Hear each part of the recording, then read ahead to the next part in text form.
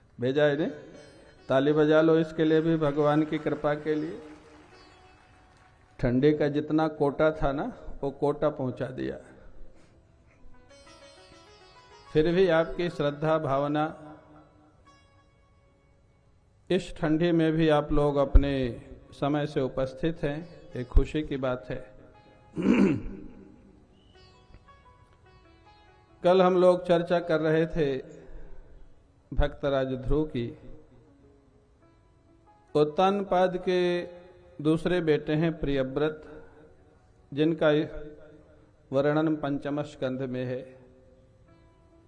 पंचम स्कंध का नाम है स्थिति स्कंध, और स्थिति का अर्थ होता है स्थितिर वैकुंठ विजया। भगवान नारायण की व्यवस्था, भगवान नारायण की विजय, इसका नाम है पंचम स्कंद, स्थिति स्कंद। इसमें प्रारंभ में दो सिद्ध पुरुषों की कथा, महापुरुषों की कथा, ऋषभदेव जी महाराज और जरभरत। उसके बाद भूगोल खगोल का वर्णन, और अंतिम अध्याय में नरकों का वर्णन, 28 नरक। इस अध्याय से हमको क्या शिक्षा लेनी है? जड़ भरत ने और ऋषभदेव जी ने केवल एक एक बार प्रवचन किया है। जीवन में कितनी बार उपदेश दिया? एक बार। ऋषभदेव जी ने अपने पुत्रों को उपदेश दिया, और जड़ भरत ने राजा रहुगण को उपदेश दिया। इसका अभिप्राय क्या है? भगवान की व्यवस्था बिल्कुल व्यवस्थित है, बहुत ज्यादा उपदेश देने की भी आवश्यकता नहीं है। आपको 7 दिन में प्रायः सारी बातें बता दी जाएंगी, व्यवहार की, परमार्थ की। जिसको मानना है वो इन 7 दिनों में सुन करके मान लेगा, और जिसको नहीं मानना है उसको आप 20 साल तक भी सुनाते रहो तो भी हाँ हाँ हाँ करता रहेगा। और जानते हो लोग क्या करते हैं? बोले जो हमने सुना वो गुरु जी को ही वहीं पर दक्षिणा के रूप में समर्पित कर दिया। नहीं, वो घर लेके नहीं जाते। बोले वो तो कथा की बात है ना, घर की बात थोड़ा है। तो इसलिए 2 महापुरुषों से शिक्षा मिलती है।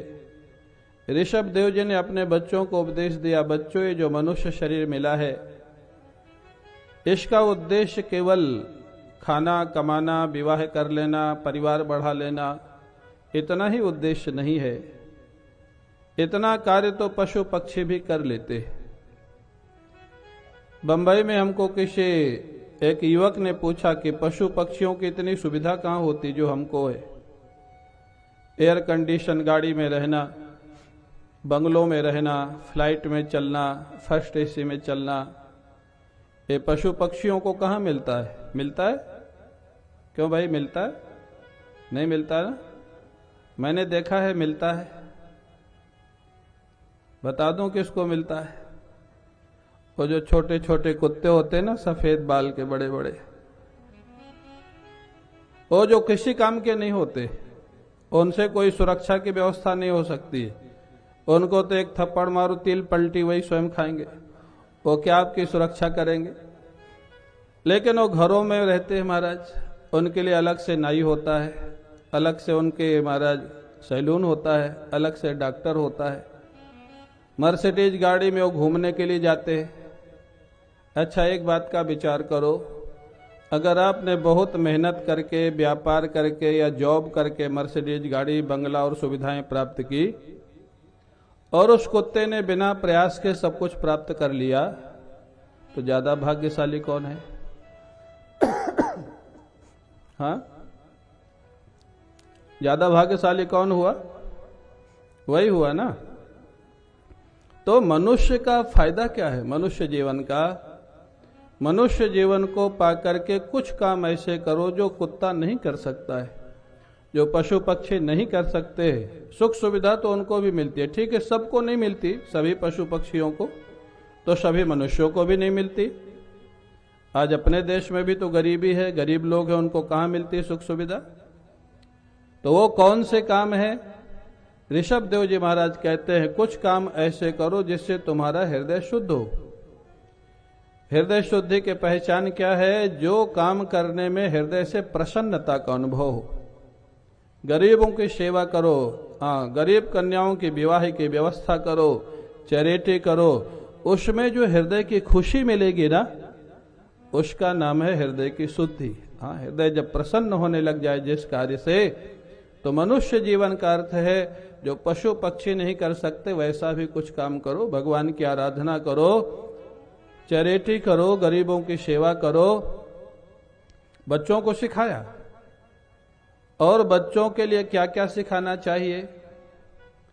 बच्चों को पहली बात तो ये सिखाओ, अगर वो भजन पूजन नहीं करते हैं, नई जनरेशन के बच्चे, तो उनको चैरिटी सिखाओ। जन्मदिन पर उनको कुछ चैरिटी कराओ, अनाथालय में कराओ, गरीबों के यहाँ कराओ।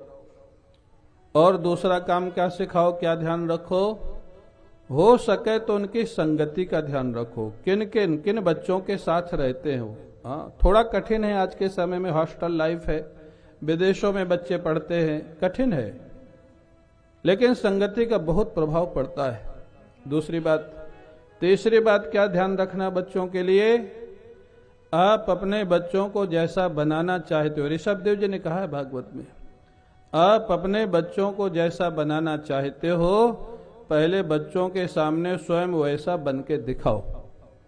माता पिता अगर चाहते हैं बच्चे शराब ना पिए, तो पहले माता पिता अगर पीते हैं तो छोड़ना पड़ेगा, नहीं पीते तो बड़ी खुशी की बात है। हाँ? माता पिता शराब पिए और चाहे बच्चे नहीं पिए, ऐसा होगा नहीं। वो आपके सामने नहीं पिएगा, छिपा के पिएगा। अनुकरण करते हैं बच्चे। तो तीन बातें ऋषभ देव जी ने सिखाई बच्चों के लिए, और ऋषभ देव जी महाराज चले गए जंगल को भगवान की आराधना करने के लिए। पूरा जीवन उन्होंने वैराग्य का जीवन व्यतीत किया। उन्हीं ऋषभ देव भगवान से जैन धर्म का प्रारंभ हुआ। ऋषभ देव भगवान की, ऋषभ देव भगवान की, ऋषभ देव भगवान की। उन्हीं ऋषभ देव भगवान के सबसे बड़े बेटे का नाम था भरत। उन्हीं के नाम पर हमारे देश का नाम पड़ गया भारतवर्ष। ऋषभ देव जी के जो बड़े बेटे थे उनका नाम था भरत। अब महाराज भरत जब अपने पिता के राज्य को संभालने लग गए, बड़े बड़े यज्ञ करते थे भगवान की प्रसन्नता के लिए। और अगर कोई निस्वार्थ सेवा करता है, भगवान की पूजा करता है, तो उसका परिणाम क्या होता है? धीरे धीरे संसार से डिटैच होने लग जाता है। संसार की पकड़ ढीली पड़ने लग जाती है। उसके पहचान है निस्वार्थ सेवा का भी और साधना का भी। निस्वार्थ सेवा करते करते, साधना करते करते संसार से डिटैच होगा और साधना की ओर बढ़ेगा, अंतर्मुख होता जाएगा, ध्यान करेगा, मेडिटेशन करेगा, अंतर्मुख हो जाएगा। ये उसके पहचान है। महाराज भरत ने अपने बड़े बेटे को राज्य दिया, जंगल में चले गए भजन करने के लिए, हिमालय की तलहटी में। वहां भजन करते करते ऐसा मन लगा भगवान की साधना में, कभी हंसते थे, कभी रोते थे, कभी पूजा का क्रम भूल जाते थे, ऐसा रस आता था। लेकिन उनका कुछ प्रारब्ध ऐसा था। एक दिन नदी किनारे थे, स्नान करके गायत्री जप कर रहे थे। उसी समय देखा एक हरिणी गर्भवती थी। वो पानी पीने के लिए आई। सिंह ने जोर से दहाड़ लगाई, सिंह जोर से महाराज गर्जना किया। हरिणी डर के कारण महाराज छलांग लगाई, उसके गर्भ का बालक नदी में गिर पड़ा और हरिणी उस पार जाकर के मर गई, डेथ हो गई उसकी। अब ये जो राजर्षि भरत हैं, ये इस घटना को देख रहे। जो भक्त होगा, संत होगा, इसका हृदय में करुणा होती है, दया होती है। उस बच्चे को उठा करके ले आए, किनारे ले आए महाराज। वहां तक तो ठीक था, किनारे लाना तो ठीक था, लेकिन फिर वो सोचने लग गए कि अगर इस बच्चे को मैं यहीं छोड़ दूंगा तो कोई जंगली का शेर, बाघ इत्यादि खा जाएगा। मेरे अलावा तो इसकी रक्षा करने वाला कोई है नहीं। यही हमारी आपका भ्रम है। हम नहीं होंगे तो क्या होगा, ये सबसे बड़ी भ्रांति है ना। ये बहुत बड़ा भ्रम है। बड़े बड़े लोग आए चले गए, क्या संसार नहीं चल रहा है? क्या व्यवस्था नहीं चल रही है? थोड़ा समय लगता है, कोई दूसरा तैयार हो जाता है। महाराज उठा करके कुटिया में ले आए। नदी से बाहर निकाल देना तो ठीक था, साधक के लिए कुटिया में लाना ठीक नहीं था। क्यों हुआ? जब वो बच्चे को कुटिया में ले आए, अब वो जीवे कैसे? घास का रस निकालते थे, उसको पिलाते थे, अब माँ तो उसकी मर गई। घास का रस पिला पिला करके उसको बड़ा किया, और वो बच्चा इन्हीं को माता पिता मानने लग गया। कभी ध्यान में बैठते थे तो बच्चा अपने छोटे छोटे सींगों से इनकी पीठ खुजलाता था, इनको बड़ा अच्छा लगता था। कभी कभी ये डांट देते, बैठ जा, अभी पूजा कर रहा हूं मैं, तो बच्चा डर के बैठ जाता। इतना खुश होते राजर्षि भरत, अरे मेरे अपने बच्चे भी मेरी इतनी बात नहीं मानते थे जितनी मेरी बात ये हिरण का बच्चा मानता है। और मोह बढ़ गया और ममता बढ़ गई। अच्छा, आप लोग बुरा ना मानो तो एक बात बताऊं, बता दूं, ये जो ज्यादा पशु पक्षी पालते हैं ना, कुत्ता है, बिल्ली है, जो भी है, वही लोग पालते हैं जिनके बच्चे उनकी बात नहीं मानते। बुरा नहीं मानना, इसलिए मैंने पहले बता दिया। क्योंकि वो सोचते हैं बच्चे नहीं मानेंगे तो ये तो मानेगा। हाँ, कुत्ता तो पीछे पीछे घूमेगा ना, बिल्ली तो घूमेगी ना, कोई तो चाहिए ना जो हमारी बात माने, बात को फॉलो करे। मैंने देखा है, मानसिकता है। वही लोग ज्यादा ये पशु पक्षी पालते हैं जिनके बच्चे उनकी बात नहीं सुनते। यही तो यहाँ लिखा है। राजर्षि भरत कहते हैं, मेरे अपने बच्चे भी मेरी इतनी बात नहीं मानते थे जितनी बात ये मानता है। मोह बढ़ता गया, ममता बढ़ती गई। अब हिरण का बच्चा एक दिन चला गया खेलने हिरण के बच्चों के साथ। अब ये इतने व्याकुल, पूरा दिन खोजते रहे, रोते रहे, सब साधन भजन छूट गया। रात्रि हो गई, चंद्रमा देखा, पूर्णिमा का चंद्रमा। अरे चंद्रदेव, तूने अपने स्थान, अपने यहाँ मेरे हिरण के बच्चे को स्थान दे दिया, तू तो बड़ा दयालु है। चंद्रमा जब पूर्णिमा का होता है ना, उसमें जो छाया दिखती है, अगर आप कल्पना करो, इमेजिन करो, तो हिरण के बच्चे जैसी दिखती है। कितना पागलपन था। चंद्रमा में वो छाया देख के कहते, अरे चंद्रदेव, तू तो बड़ा दयालु है, मेरे हिरण के बच्चे को रख लिया, मैं तेरा आभारी रहूंगा। तो कुछ दिन के बाद हिरण का बच्चा लौट आया, कोई चंद्रलोक थोड़ा गया था। महाराज, धीरे धीरे इनका अंतिम समय आया, राजर्षि भरत का। जब ये राजर्षि भरत का अंतिम समय आया, हिरण का बच्चा वहीं बैठा हुआ था। अब ये इतना मोह था हिरण के बच्चे से, ये रोने लग गए। अब मैं चला जाऊंगा तो इसको कौन देखेगा, इसको कौन संभालेगा। हिरण के बच्चे की याद करते करते उनका जीवन गया। अगला जन्म में क्या बनना पड़ा? क्या बनना पड़ा? हिरण बनना पड़ा। अच्छा, एक बात आपसे पूछूं, जो लोग कुत्ते पालते हैं वो छोटे वाले, और अंतिम समय में अगर उसकी याद आ जाएगी, जिससे बहुत प्रेम होता है आपका, हाँ, माताएं अपने बच्चों को गोद में लेके शायद नहीं घूमेंगे, उनको लेके घूमती, घुमाने जाती है। बंबई में मैंने देखा है, आएंगे गार्डन लेके जाती हैं, बड़े बड़े घरों की महिलाएं कुत्तों को घुमाने के लिए। अगर मरते समय उस कुत्ते की याद आ गई तो अगला जन्म किसका मिलेगा? हाँ, मैं क्यों बोलूं नए साल में। भाई समझ लो, अगर राजर्षि भरत को हिरण बनना पड़ा क्योंकि हिरण की याद आई अंतिम समय में, तो इसलिए भाई ये कथाएं जो मैंने कहा ना, सारे जीवन के प्रश्नों का समाधान इसमें, क्या करें क्या न करें। हिरण बन गए अगले जन्म में। लेकिन आप कहेंगे तो भगवान के पूजा पाठ का कोई फायदा नहीं हुआ? फायदा हुआ, एक फायदा हुआ। क्या? हिरण बनने के बाद भी इनको पिछले जन्म की सारी याद बनी रही। मैं राजा था, हिमालय में साधना करने गया था, हिरण के बच्चे से मोह हो गया, इसके कारण मेरे को हिरण बनना पड़ा। तो हिरण बनने के बाद भी अब सावधान है। हिरण बनने के बाद भी हरिणों से दूर रहते, एकांत में रहते हैं, भगवान का नाम जप करते। हिरण बनने के बाद पशु पक्षी भी कई ऐसे होते हैं ना, किसी कारण से जो पशु पक्षी बन गए, वो भगवान का भजन करते। महाराज वो प्रतीक्षा कर रहे थे अगला जन्म मनुष्य का मिले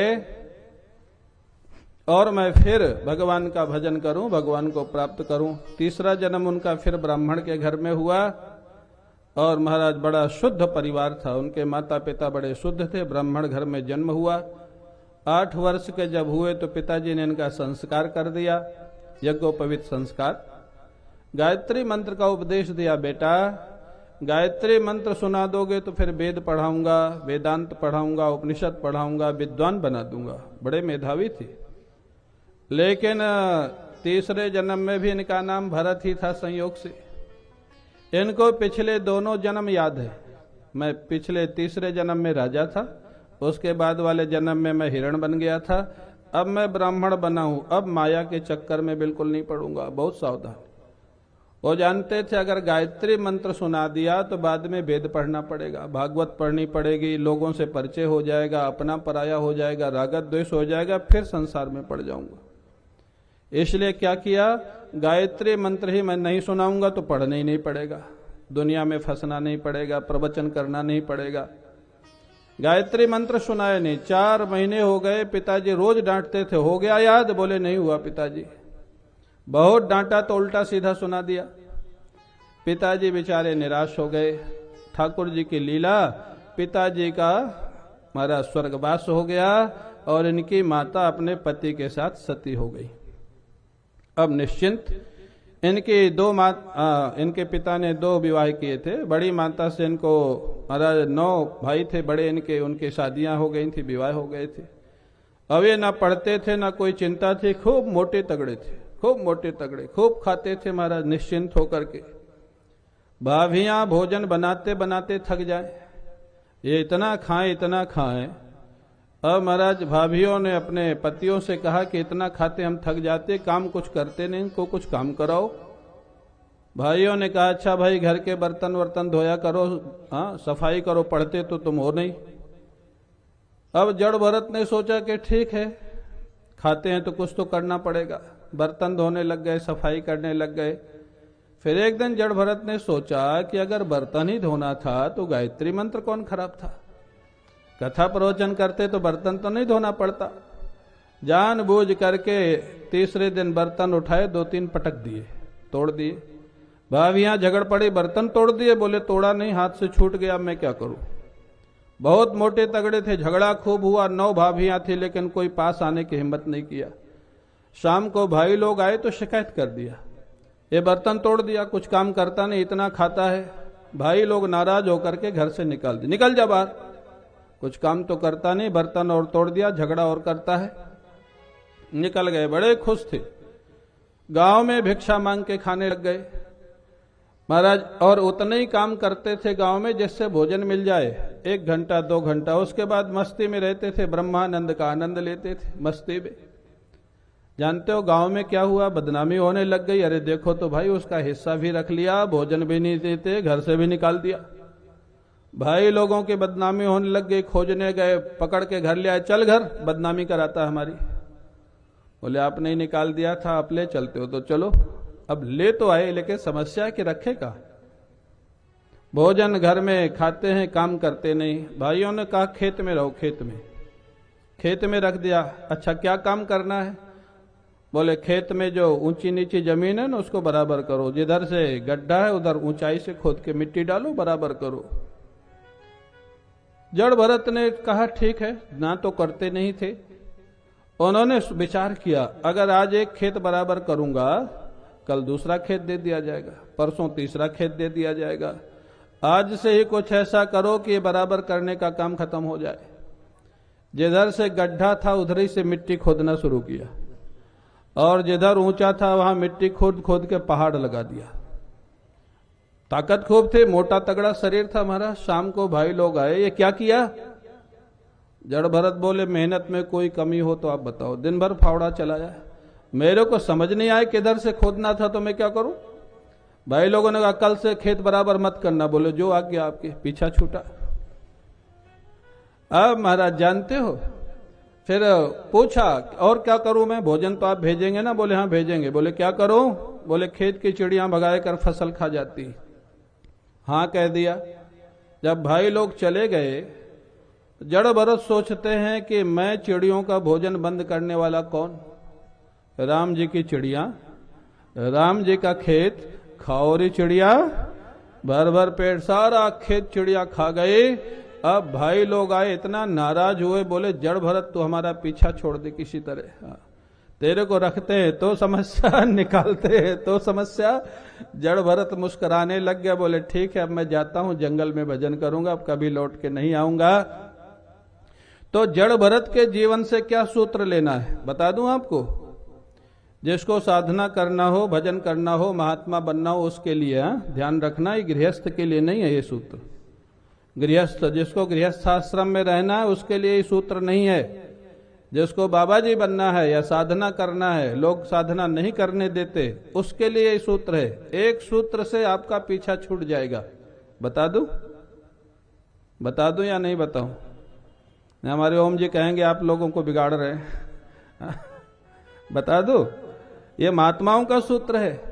लोग कहते हैं महाराज घर वाले हमको छोड़ नहीं रहे, हम तो भजन करना चाहते, हम साधना करना चाहते हैं। एक सूत्र अपना लो, आपको नहीं छोड़ना पड़ेगा, घर वाले भगा देंगे। क्या सूत्र है? जड़ भरत का सूत्र है, किसी भी काम के लिए मना मत करो और कोई भी काम ठीक से मत करो। एक हफ्ते में भगा दिया जाओगे घर से, निकलो यहां से, कोई काम करने काम और बिगाड़ते हो। लेकिन फिर मैं कह दूं, ये सूत्र है जिनको बाबा जी बनना है, भजन करना है, साधना करना है, गृहस्थ के लिए नहीं है।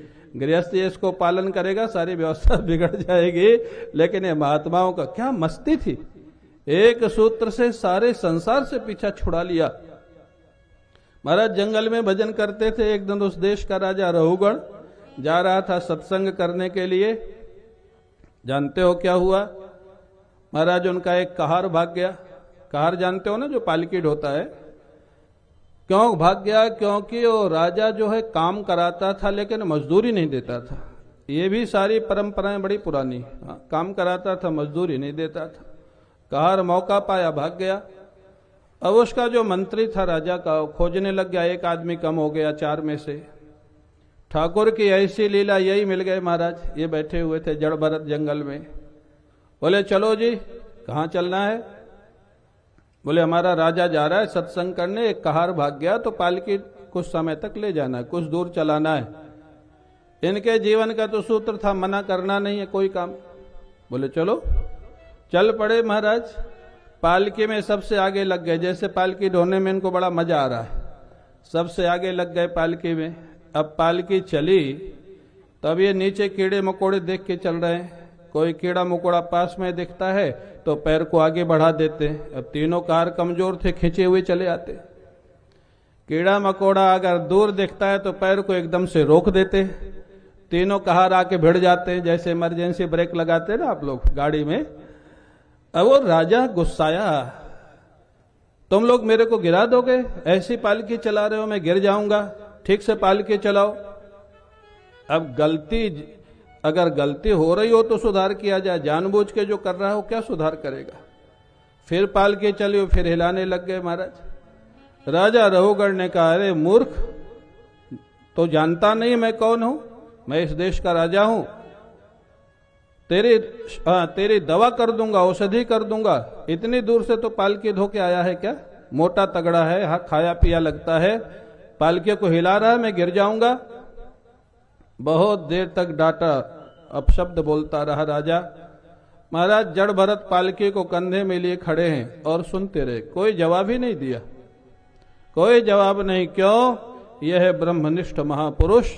सम्मान हो रहा है, माला पड़ रही है तो शरीर को, और गाली पड़ रही है तो शरीर को। आत्मा को ना कोई माला पहनाता है, ना कोई गाली दे सकता है। ब्रह्मनिष्ठ महात्मा की पहचान यही है, सम्मान मिले तो भी वाह वाह और अपमान मिले तो भी वाह वाह। ये ब्रह्मनिष्ठ महात्मा थे जड़ भरत। पालकी कंधे में रखे हैं, गाली खा रहे हैं, चुपचाप खड़े, कोई जवाब ही नहीं दे रहे। रहुगण ने कहा, तेरी दवा कर दूंगा, इतना मोटा तगड़ा पालकी ठीक से चलाता नहीं, मैं इस देश का राजा हूं, तो जानता नहीं है? महाराज यह है गुरु की विलक्षण कृपा।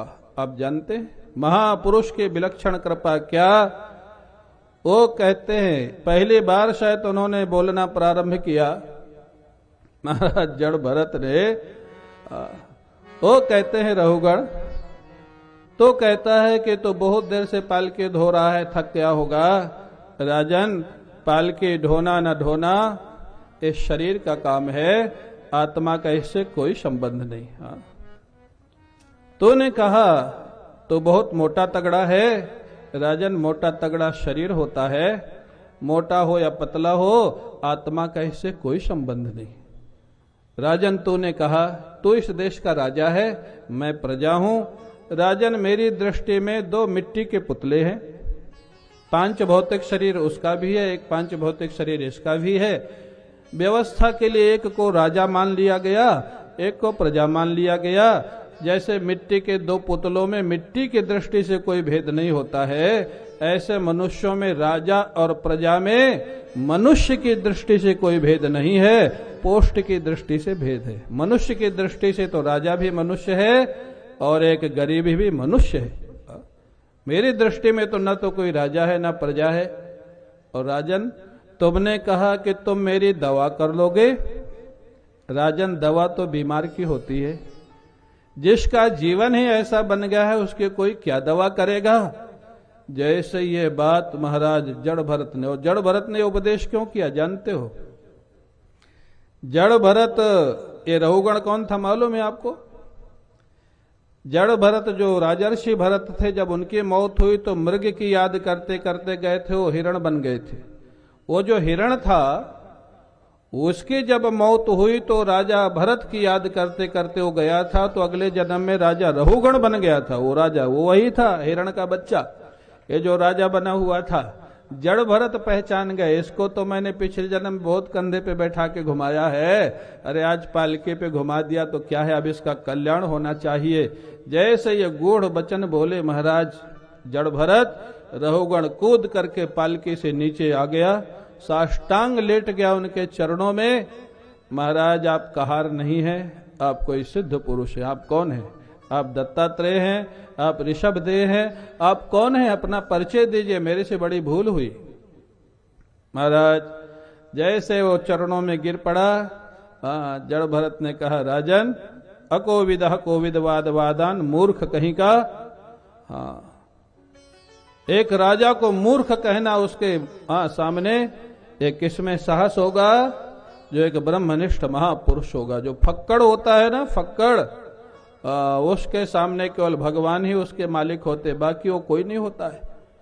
उसको किसी से कुछ चाहिए नहीं। मूर्ख कहीं का, बड़ी बड़ी बातें करता है विद्वत्ता की, और तू जानता है तू कर क्या रहा है? तेरा कर्म ठीक नहीं है और वेदांत पढ़ने चला है, वेदांत का ज्ञान पाने चला है, क्या कर्म ठीक नहीं है? महापुरुष वहीं चोट करते हैं जहां गड़बड़ होता है साधक के जीवन में। जड़ भरत ने कहा मूर्ख कहीं का, इन गरीब लोगों से पालकी ढुलवाने का काम करता है और इनको मजदूरी नहीं देता है। इन गरीब लोगों के हृदय के आह लगेगी और तेरी साधना को भस्म कर देगी। तेरे को मालूम है ये गरीब लोगों की आह कितनी नुकसानदायक होती है? इन गरीबों को नौकरी करवाता है, पैसा नहीं देता है, और चला है सत्संग करने, चला है ज्ञान पाने। पहले इन गरीब अपना कर्म शुद्धि कर, पहले कर्म शुद्धि। कर्म शुद्धि माने किसी का हक नहीं छीनना और प्लानिंग करके किसी को दुखी नहीं करना, इसका नाम है कर्म शुद्धि। दो सूत्र अपना लो, किसी का हक आपके पास ना आवे और प्लानिंग करके किसी को दुखी मत करो, आपका जीवन शुद्ध होने लग जाएगा। हाँ, उसके बाद भक्ति करो, उसके बाद ज्ञान आएगा। ऐसा डांट लगाया महाराज। और मैं आप लोगों से भी कहूंगा, आप लोग सब अच्छे लोग हैं, लेकिन मैं वृंदावन में रहता हूं, मैं देखता हूं कई बार लोग बांके बिहारी दर्शन करने जाते, रिक्शा वाला बोलेगा 30 रुपए, उससे 10 मिनट बहस करके उसको 20 रुपए देंगे। बड़े बड़े करोड़पति लोग, हाँ, क्योंकि अब तो गाड़ियां बंद हो गई प्रशासन को छोड़ करके, बाकी कितना भी बड़ा आदमी हो गाड़ियां जाती नहीं, ई रिक्शा जाते। 30 रुपया मांगेगा, उसको 20 रुपए देंगे, 10 रुपया बचा के बड़ी खुशी का अनुभव करते। अरे बड़े लोगों, अमीर लोगों, अरे वो 30 मांगे उसको 40 दे दो, वो 10 रुपए से तुम्हारे हृदय के लिए आशीर्वाद निकलेगा और तुम्हारी साधना सफल कर देगा। 10 रुपए कम कर दोगे, तुमको कोई फायदा नहीं होगा, उसका नुकसान होगा, उसके हृदय से आह निकलेगी।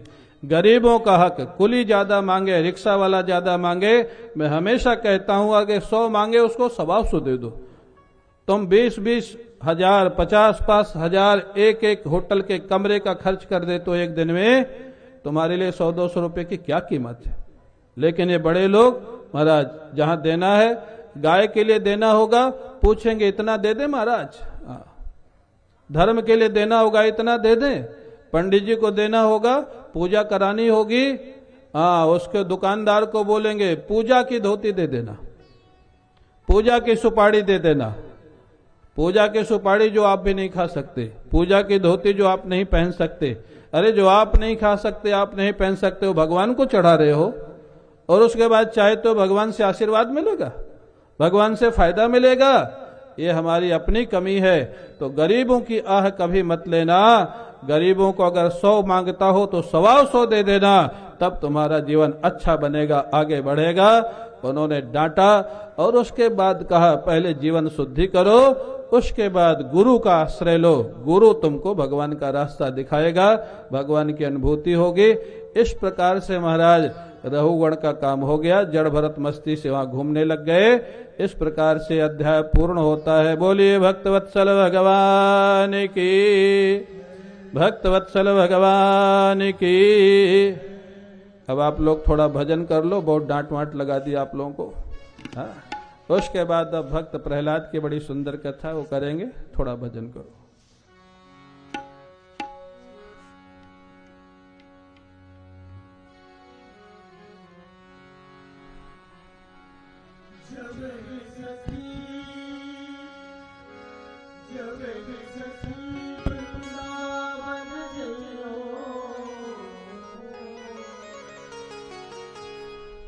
मेरी सखी वृंदावन जइयो, बाछड़िया सो बचते रहियो, मान लियो सखी मेरो कहना, मान लियो सखी मेरो कहना, कब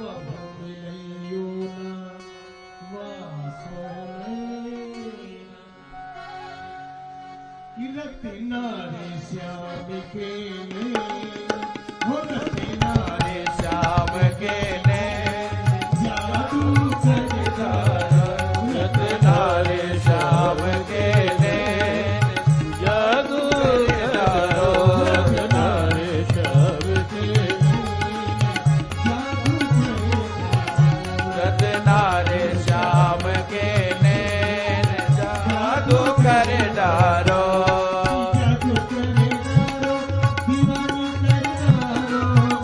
कर डारो दीवानी कर डारो,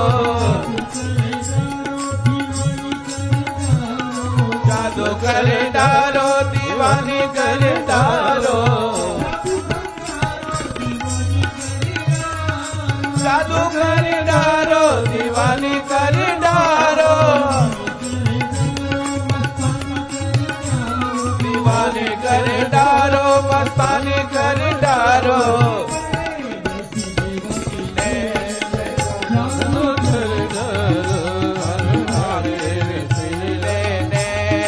जादू कर डारो। जय हो, प्रेम से ताली बजावे सभी लोग। श्याम के नैन जादू कर डारो,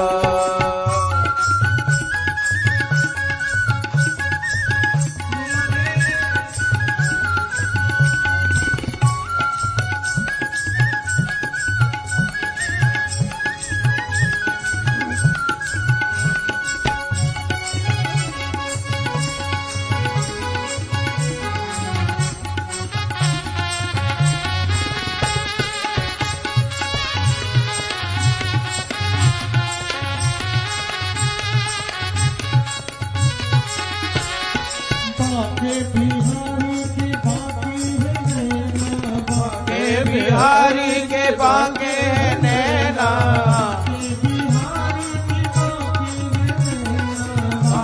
बिहारी के बाके नैना,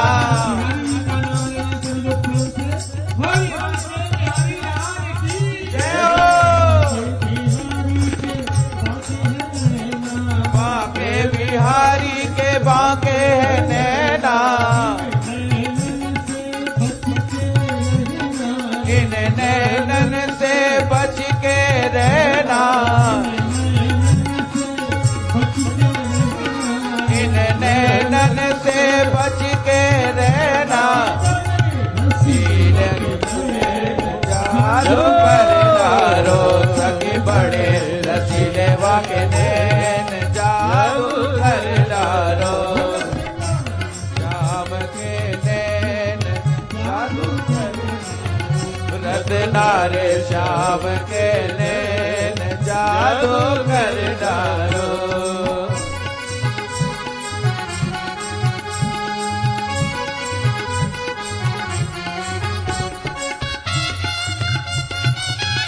जय हो।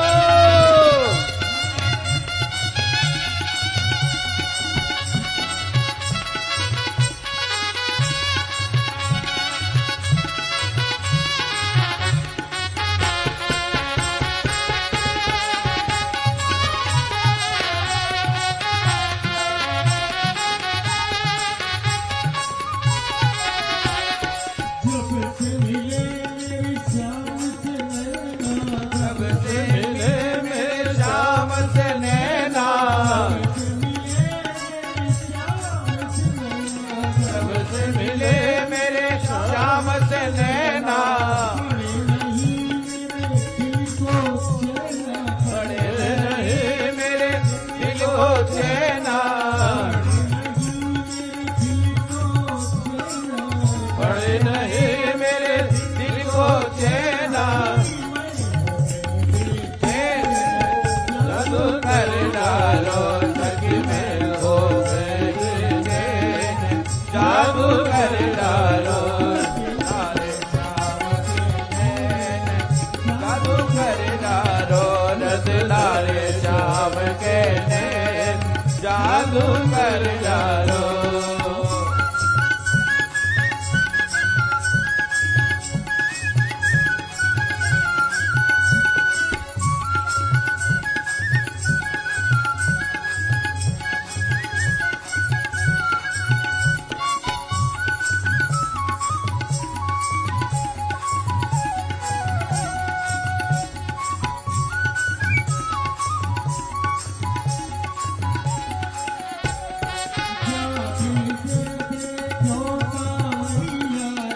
दिन से देखो सावरिया, दिन से देखो सावरिया,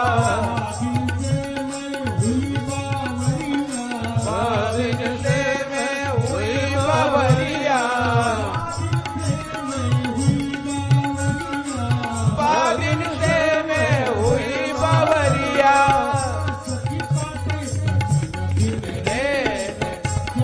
कर डालो सखी काटे कटे दिन रे, जादू कर डालो श्याम के नैन, जादू कर डालो रत्नारे श्याम के नैन, जादू कर डालो श्याम के नैन, जादू कर डालो रत्नारे श्याम के नैन, जादू कर डालो। गोविंद बोलो हरि गोपाल बोलो, ओ गोविंद बोलो हरि गोपाल बोलो, ओ राधा रमण हरि गोविंद बोलो, ओ राधा रमण हरि गोविंद बोलो, गोविंद बोलो हरि गोपाल बोलो, गोविंद बोलो हरि गोपाल बोलो, ओ राधा रमण हरि गोविंद बोलो, ओ राधा रमण हरि गोविंद बोलो, राधा रमण हरि गोविंद बोलो, राधा रमण हरि गोविंद बोलो, राधा रमण हरि गोविंद बोलो। की जय जय श्री राधे।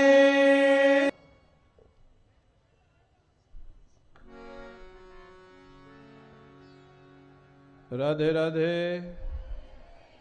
राधे राधे राधे राधे।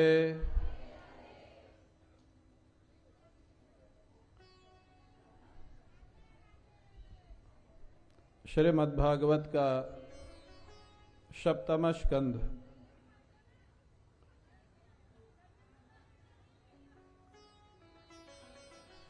हिरण्यकश्यपु जो हिरण्याक्ष का भाई है, उसको जब मालूम हुआ कि उसके छोटे भाई हिरण्याक्ष को बड़ा भगवान ने उद्धार कर दिया है, हिरण्यकश्यपु को अत्यंत क्रोध होता है। हिरण्यकश्यपु ने असुरों की सभा बुलाई और सभा बुलाने के बाद उसने निर्णय किया, भगवान विष्णु का और विष्णु भक्तों का हम लोगों को विरोध करना है और समाप्त करना है। अब देखें, ये सनातन धर्म और सनातन धर्म के भगवान को समाप्त करने की योजनाएं बहुत पुरानी है। ये सतयुग की कथा है। उस समय भी हिरण्यकश्यपु ने प्लानिंग किया, अपने असुरों को कहा जहां जहां कथा कीर्तन होता हो, वैष्णव लोग रहते हो, वहां जाकर के उपद्रव करो, कथा कीर्तन को बंद कराओ, यज्ञ को बंद कराओ, और मैं जाकर के साधना करूंगा, तपस्या करूंगा, और तपस्या करके ऐसा वरदान प्राप्त करूंगा कि मेरी मौत न होए, और जब मैं अमर हो जाऊंगा तब मैं भगवान विष्णु को मार डालूंगा। कितनी बड़ी योजना बनाई। और ये कब की योजना है मालूम है आपको? सतयुग की। चारों युग मिलाकर के कितना वर्ष होता है मालूम है आप लोगों को? 4,32,000 वर्ष का कलयुग, 8,64,000 वर्ष का द्वापर, 12,96,000 का त्रेता, और 17 लाख लगभग 24,000 वर्ष का 20,000 वर्ष का सतयुग। ऐसे 43,20,000 वर्ष होते हैं चारों युगों को मिला करके। कितना होता है? 43,20,000 वर्ष। बोलते तो चलो हाँ ना। कितना हुआ? 43,20,000 वर्ष। और ये लाखों वर्ष पुरानी योजना हिरण्यकश्यपु की क्या? सनातन धर्म को खत्म करो, और सनातन धर्म जिनसे चला है भगवान विष्णु को खत्म करो। खत्म हुआ क्या अभी तक? हिरण्यकश्यपु हिरण्याक्ष ने नहीं खत्म कर पाया, रावण कुंभकर्ण खत्म नहीं कर पाया, शिशुपाल दंतवक्त्र कंस खत्म नहीं कर पाया। तो आजकल के छोटे छोटे जो मेधक कूद रहे हैं कि हम सनातन धर्म को खत्म कर देंगे, ये मेधक जो टर्र टर्र करते रहते हैं ना, ये क्या खत्म करेंगे? ये भगवान का धर्म है, भगवान का धर्म है, भगवान नारायण का धर्म है। लेकिन प्रयास हमेशा से चलता रहा है। और हमारे गुरुदेव कहते थे, देखो जो ये नए नए जो पंथ आते हैं ना, थोड़े दिन उनमें बड़ी चमक रहती, थोड़े दिन चलते हैं बाद में गायब हो जाते हैं। कैसे? जैसे दीपक रात भर जलता है लेकिन उसमें प्रकाश थोड़ा एक जैसा रहता है। और फुलझड़ी में, फुलझड़ी जानते हो जो दिवाली में छुड़ाई जाती है, फुलझड़ी में प्रकाश ज्यादा होता है कि दीपक में? ज्यादा प्रकाश तो फुलझड़ी में होता है, इतना जोर से चमकती एकदम से, लेकिन ड्यूरेशन किसका ज्यादा होता है? दीपक का कि फुलझड़ी का? तो सनातन धर्म है दीपक और बाकी पंथ है फुलझड़ी। ये थोड़े दिन खड़े होते हैं, चमकते हैं, बाद में बुझ जाते हैं। सनातन धर्म पुराना है, जब से सृष्टि है तब से है, जब तक सृष्टि रहेगी तब तक रहेगा। हिरण्यकश्यपु ने सारे असुरों को आदेश दे दिया और स्वयं जाकर के महाराज मंदरगिरी के गुफा में जाकर के साधना करने लग गया। एक पैर के सहारे खड़ा है, ऊपर को हाथ किए है। इतनी भयंकर साधना किया, हजारों वर्ष तक। कितनी साधना किया? क्या हुआ जानते हो? हिरण्यकश्यपु के शरीर की चमड़ी, उसका रक्त, उसका मांस सब कीड़े खा गए। केवल हड्डी बची, हड्डी। और हड्डी में दीमक ने मिट्टी का घर बना दिया और उस मिट्टी के घर में बांस के पेड़ निकल आए। आप सोचो कितनी कठोर तपस्या की थी। लेकिन उसकी, और ये सतयुग में प्राण का निवास हड्डी में होता था। आप कहेंगे वो जीवित कैसे रहा? जैसे आजकल प्राण का निवास अन्न में है, ऐसे सतयुग में प्राण का निवास हड्डी में था। वो जीवित था, प्रकाश निकल रहा था, तपस्या का भयंकर प्रकाश निकल रहा था। इतना प्रकाश निकल रहा था कि सूर्य और चंद्रमा का प्रकाश भी कमजोर पड़ने लग गया था। देवता लोग घबराए, देवता लोगों ने भगवान से प्रार्थना की, महाराज जाइए वरदान दीजिए और इसकी तपस्या खत्म करिए, नहीं तो मुश्किल हो जाएगा। ब्रह्मा जी महाराज गए। ब्रह्मा जी ने देखा तो वहां तो हिरण्यकश्यप दिखाई नहीं दे रहा, क्योंकि वहां तो दीमक का घर बन गया था। ब्रह्मा जी महाराज बोलते हैं बड़ी सुंदर बात, उत्तिष्ठोत्तिष्ठ भद्रं ते तपः सिद्धोऽसि काश्यप वरदोऽहमनुप्राप्तो ब्रियतामीप्सितो वरः। अरे हिरण्यकश्यप खड़े हो जाओ, खड़े हो जाओ, मैं आ गया हूं, वरदान मांग लो मेरे से, जो भी चाहिए मांग लो। अब हिरण्यकश्यप हुए तब तो खड़ा हो जाए, वो तो मिट्टी का घर बन गया है। ब्रह्मा जी समझ गए, कमंडलों से हाथ में जल लिया, जल लेकर के उस मिट्टी के ढेर पे छिड़का और अभिमंत्रित जल के पड़ने से वो मिट्टी का ढेर समाप्त हो गया। हिरण्यकश्यप के शरीर में चमड़ी, रक्त, मांस सब आ गया और सुंदर जैसे अभी महलों से आया हो ऐसा दिव्य शरीर हो गया। हिरण्यकश्यप खड़ा हो गया। बोलिए भक्तवत्सल भगवान की। खड़ा होने के बाद ब्रह्मा जी को देखा तो साष्टांग चरणों में लेट गया, ब्रह्मा जी के साष्टांग लेट गया, बड़ी भारी स्तुति करने लग गया। नम आद्याय बीजाय ज्ञान विज्ञान मूर्तये। हे ब्रह्मा जी, आप ही सृष्टि करता है, आप ही पालन करता है, आप ही संहार करता है, आप ही अभिन्न निमित्तोपादान कारण है संसार के। क्या ये स्तुति सही थी? क्यों अमिता जी? सृष्टि ब्रह्मा जी करते वहां तक तो ठीक है, पालन कौन करता है? सृष्टि का पालन कौन करता है भाई? विष्णु भगवान। संहार कौन करते हैं? शंकर भगवान। लेकिन ये तो ब्रह्मा जी को ही सब कुछ कहे जा रहा है। साष्टांग प्रणाम भी कर लिया है। इस घटना से क्या शिक्षा लेना? जो व्यक्ति दंडवत करे और जरूरत से ज्यादा आपकी स्तुति करे, उससे सावधान हो जाना। वो कुछ ना कुछ आपके साथ धोखा करेगा, और कुछ ना कुछ स्वार्थ के लिए ऐसा कर रहा होगा। जरूरत से ज्यादा ठीक है, शिष्टाचार है, आप प्रणाम करो। जो व्यक्ति कहने लग जाए हम भगवान को नहीं जानते, हमारे भगवान तो आप ही हो, उससे सावधान हो जाना। वो आज आपको भगवान कह रहा है, कल जब काम निकल जाएगा आपको शैतान कहेगा। ये स्वार्थी लोग होते हैं। हमारे बंगाली बैठे हैं दो म्यूजिशियन, बंगला में कहावत है, अति भक्ति चोरे भक्ति चोरे लक्षणम। जो जरूरत से ज्यादा प्रणाम करे, जरूरत से ज्यादा दंडवत करे, समझ लेना है बदमाश है। हाँ, ये शिष्ट नहीं है, बदमाश है। ये सारी शिक्षाएं भागवत में लिखी हुई हैं और वो सिद्ध हो गया। ब्रह्मा जी को बहुत बड़ी स्तुति किया, साष्टांग प्रणाम किया। ब्रह्मा जी ने कहा भाई वरदान मांग ले। बोले अच्छा वरदान देने आए हैं? बोले हाँ वरदान देने आए, मांग ले जो चाहिए। अच्छा देना चाहते हैं तो वरदान दे दीजिए, मेरी कभी मौत न हुए। ब्रह्मा जी बोले ये तो संभव नहीं। बोले क्यों? ब्रह्मा जी बोले मौत तो मेरी भी होती है, जो मेरे पास है नहीं मैं तुमको कहां से दे दूं? और कुछ मांगो। अच्छा ठीक है, तो और कुछ दे दीजिए। आपकी सृष्टि के बनाए हुए किसी व्यक्ति या हथियार से मेरी मौत न होए। बात तो एक ही हो गई। और मांग लिया स्पष्ट करने के लिए, ना दिन में मरूं ना रात में मरूं, ना अंदर मरूं ना बाहर मरूं, ना ऊपर मरूं ना नीचे मरूं, ना मनुष्य से मरूं ना पशु से मरूं, ना अस्त्र शस्त्र से मरूं ना बिना अस्त्र शस्त्र के मरूं, ना जड़ से मरूं ना चेतन से मरूं। इतना वरदान मांग रहा था, ब्रह्मा जी कांपने लग गए। मैं दूंगा कहां से? हाँ, बहुत बड़ी दंडवत कर रहा था ना।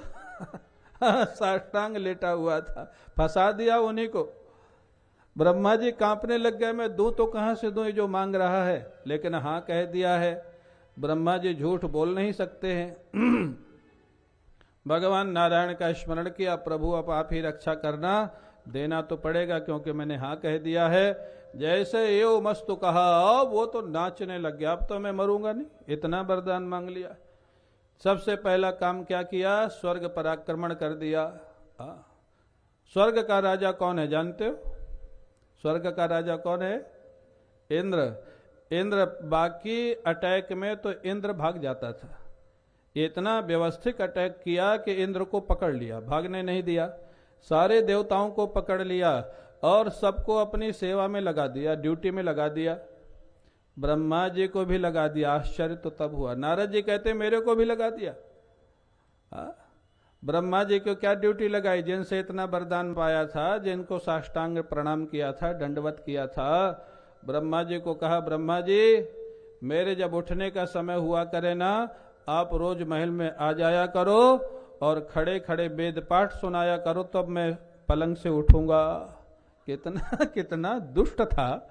माने आप पराकाष्ठा देखो उसकी। ब्रह्मा जी को कहता है आके सुबह सुबह वेद पाठ सुनाओगे तब मैं सो के उठूंगा, आप नीचे खड़े खड़े सुनाना, मैं पलंग से उठूंगा। ब्रह्मा जी बोले अब ठीक है, वरदान तो दिया, भोगना पड़ेगा।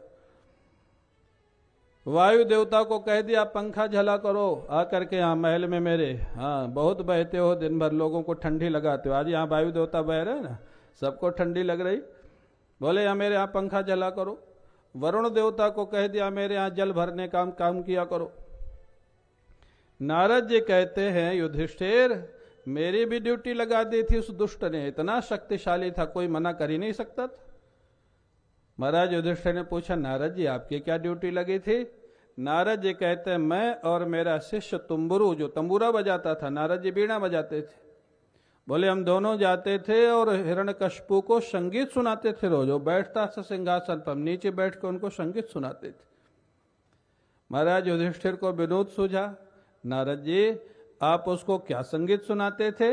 आपका प्रिय भजन तो श्रीमन नारायण नारायण है, ये सुनाते थे क्या?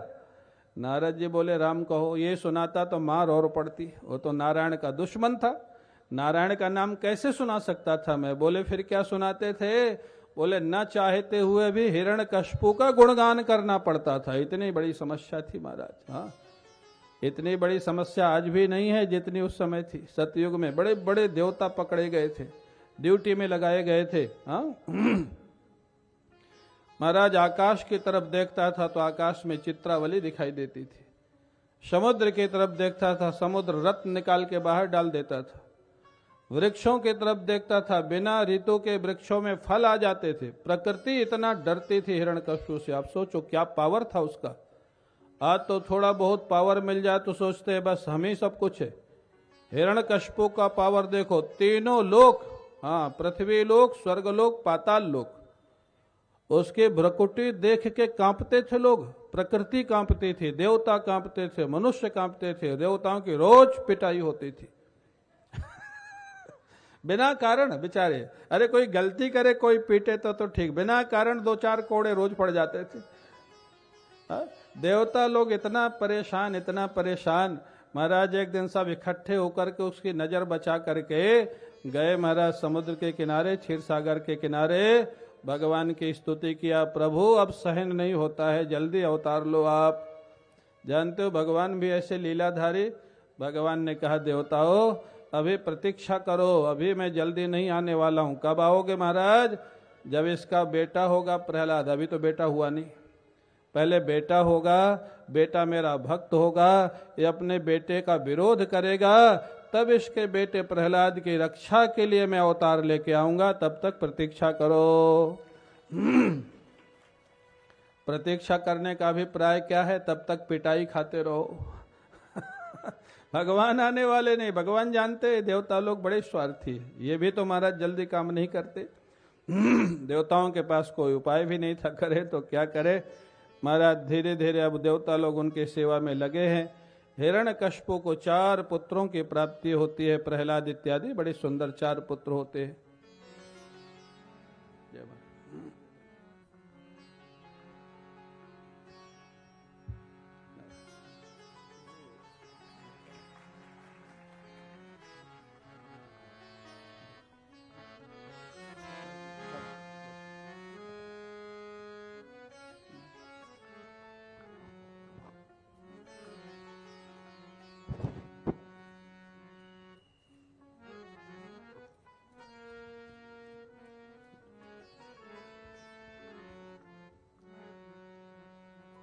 बोले बांके बिहारी लाल की जयकारा तो प्रेम से बोलो। बोले बांके बिहारी लाल की जय जय श्री राधे।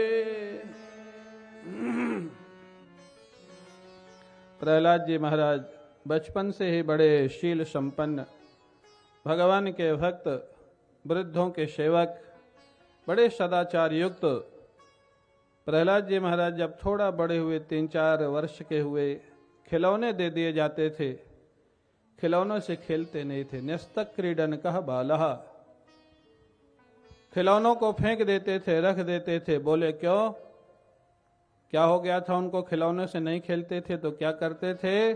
बोले कभी कभी एकांत में ऐसे ध्यानस्थ होकर बैठ जाते थे, ध्यान में कभी कभी मुस्कुराने लगते थे, कभी कभी हंसने लगते थे, कभी कभी अचानक रोने लग जाते थे।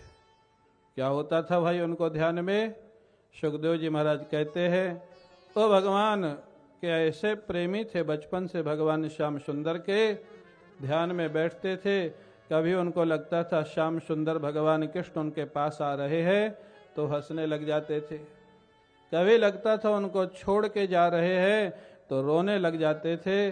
बोले प्रहलाद जी को एक ग्रह लगा हुआ था बचपन से, जानते हो कौन सा ग्रह? उस ग्रह का नाम क्या है? कृष्ण ग्रह ग्रहित आत्मा। हाँ, कितना सुंदर ग्रह, ये तो किसी को लग जाए तो भाग्यशाली हो जाए। हाँ, कृष्ण ग्रह इनको लग गया था, श्री कृष्ण इनके हृदय में प्रवेश कर चुके थे। महाराज खेलते नहीं थे।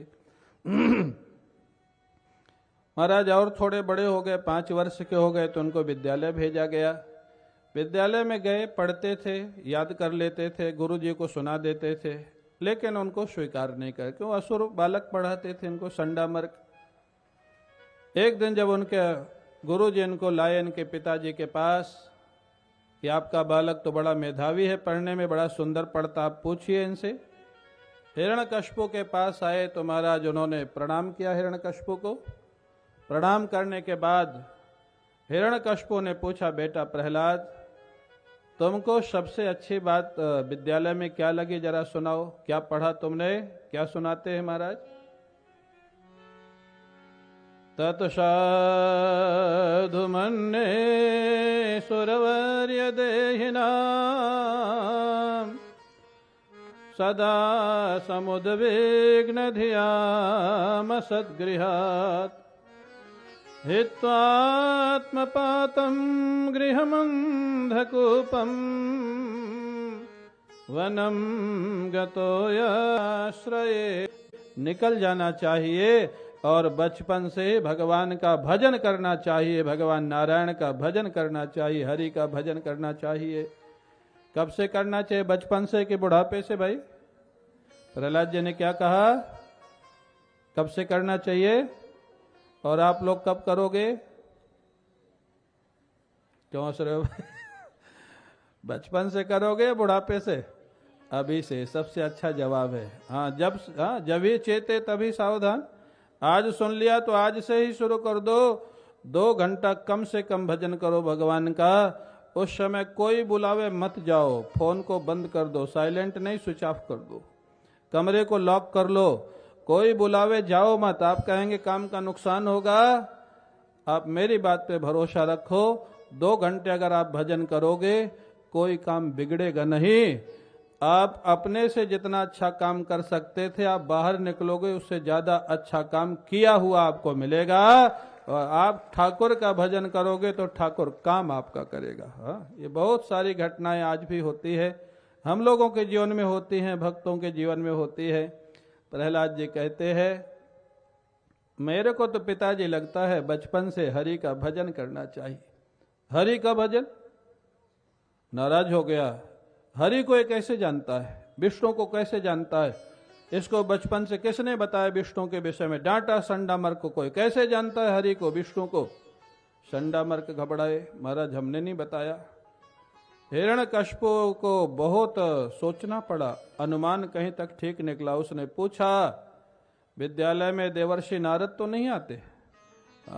हरि के सबसे बड़े प्रचारक कौन है? देवर्षि नारद। संडामर्क ने कहा महाराज आते तो नहीं है, लेकिन और ध्यान रखेंगे।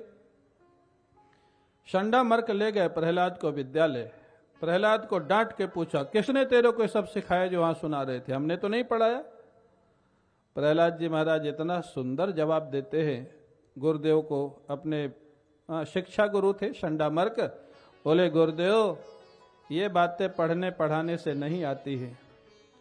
गुरुदेव, मेरी दृष्टि में जो नारायण के चरण है वो चुंबक हैं और मेरा मन लोहा है। कितना सुंदर एग्जाम्पल दिया है। नारायण के चरण चुंबक है, मैग्नेट, और मेरा मन लोहा है। लोहा और चुंबक अगर पास में आ जाए तो लोहे को चल के नहीं जाना पड़ता, चुंबक अपने आप खींच लेता है। ऐसे मेरे मन को नारायण ने खींच लिया है। मैंने दिया नहीं, उन्होंने ले लिया है। हाँ, मेरा मन उन्होंने ले लिया है। यहां पर एक प्रश्न खड़ा होता है। हमारे गुरुदेव पूज्य स्वामी अखंडानंद जी महाराज कहते हैं, अगर मन लोहा है, नारायण के चरण चुंबक हैं, तो सबका क्यों नहीं खींच लेते? प्रश्न है ना ये। हमारा आपका सबका मन भगवान क्यों नहीं खींच लेते भाई? हाँ, प्रश्न तो खड़ा होता है। क्यों नहीं खींच लेते मालूम है? क्यों नहीं खींच लेते? हमारे गुरुजी ने कहा, हाँ, मिश्रण हो जाता है। हाँ, जंग लग जाता है। जंग, या तो जंग लग जाए या लोहा प्योर ना हुए। हाँ, दो ही कारण होते हैं। अगर आपका हृदय प्योर नहीं है या वासनाओं का जंग लग गया है तो चुंबक पास में भी आएगा तब भी लोहा नहीं खींचेगा। इसलिए जंग को छुड़ाओ, सत्संग में रगड़ रगड़ करके जंग छुड़ा दो और हृदय को प्योर बना दो, तुम्हारा मन भी ठाकुर खींच लेंगे। अच्छा, चाहते हो ठाकुर को मन देना कि नहीं? एक बात ये भी तो है ना। हाँ, चाहते हो? सबसे पहले हाथ तो अमिता जी ने उठा दिया। वो तो चाहते हो, दे ही दिया। इनका देना क्या, इन्होंने तो दे ही रखा है। हमारे दोनों जी यजमान है, ये तो भगवान के भक्त है दोनों। ओ महाराज, और आप लोगों ने जो तिलक लगाने की व्यवस्था किया है ना, मेरे को बहुत अच्छी लगती है। हाँ, सब लोग जो तिलक लगा के बैठते हैं ना, ऐसा लगता है सारे वैष्णव बैठे, भगवान के भक्त बैठे महाराज। हाँ, बड़ा सुंदर लगता है। तो कहते हैं भगवान मन खींच लेंगे। अब शंडा मर्ग को तो ये बात समझ में आई नहीं। शंडा मर्ग और डांट लगाए और पढ़ाने लग गए। 1 साल और पढ़ाया, फिर लाए हिरण्यकश्यप के पास। अब कयाधु ने प्रहलाद जी को स्नान कराया, सुंदर वस्त्र पहनाए, भोजन कराया और पिताजी के पास भेज दिया। पुनः प्रणाम किया प्रहलाद जी ने हिरण्यकश्यप को। देखो, प्रहलाद जी का जीवन बड़ा सुंदर है। साधकों को सीखने के लिए बड़ी सुंदर बातें उनके जीवन में। प्रहलाद जी ने कभी माता पिता का अपमान नहीं किया, हिरण्यकश्यप जैसे पिता का भी अपमान नहीं किया।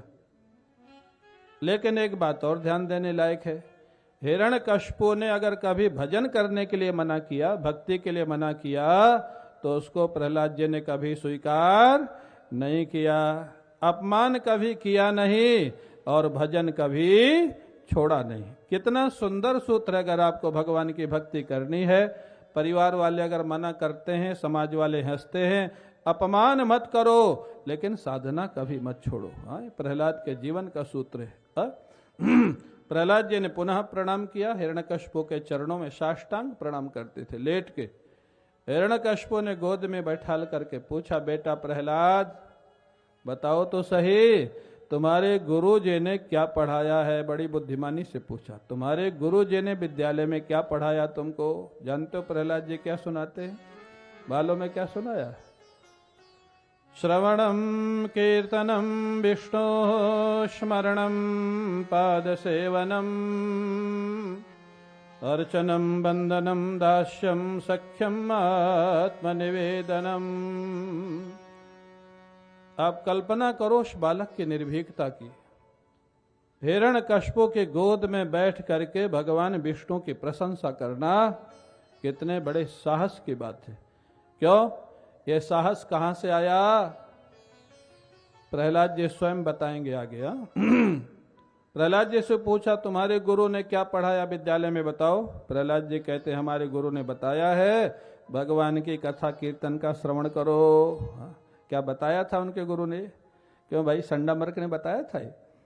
कीर्तन करो, भगवान विष्णु का स्मरण करो, पूजन करो, बंदन करो, अपना जीवन उनको समर्पित कर दो, ये हमारे गुरु ने पढ़ाया है। अच्छा आप बताओ, संडा मर्क ने पढ़ाया था? उनको ये आता ही नहीं था तो पढ़ाएंगे कहां से? तो क्या प्रहलाद जी झूठ बोल रहे हैं? प्रहलाद जी झूठ भी नहीं बोलते, भगवान के भक्त हैं, झूठ क्यों बोलेंगे? तो बात सच क्या है? संडा मर्क ने पढ़ाया नहीं, प्रहलाद जी कहते पढ़ाया है। प्रहलाद जी से पूछा गया था तुम्हारे गुरु ने क्या पढ़ाया है, संडा मर्क ने क्या पढ़ाया, ये नहीं पूछा गया था। और प्रहलाद जी अपना गुरु नारद जी को मानते हैं।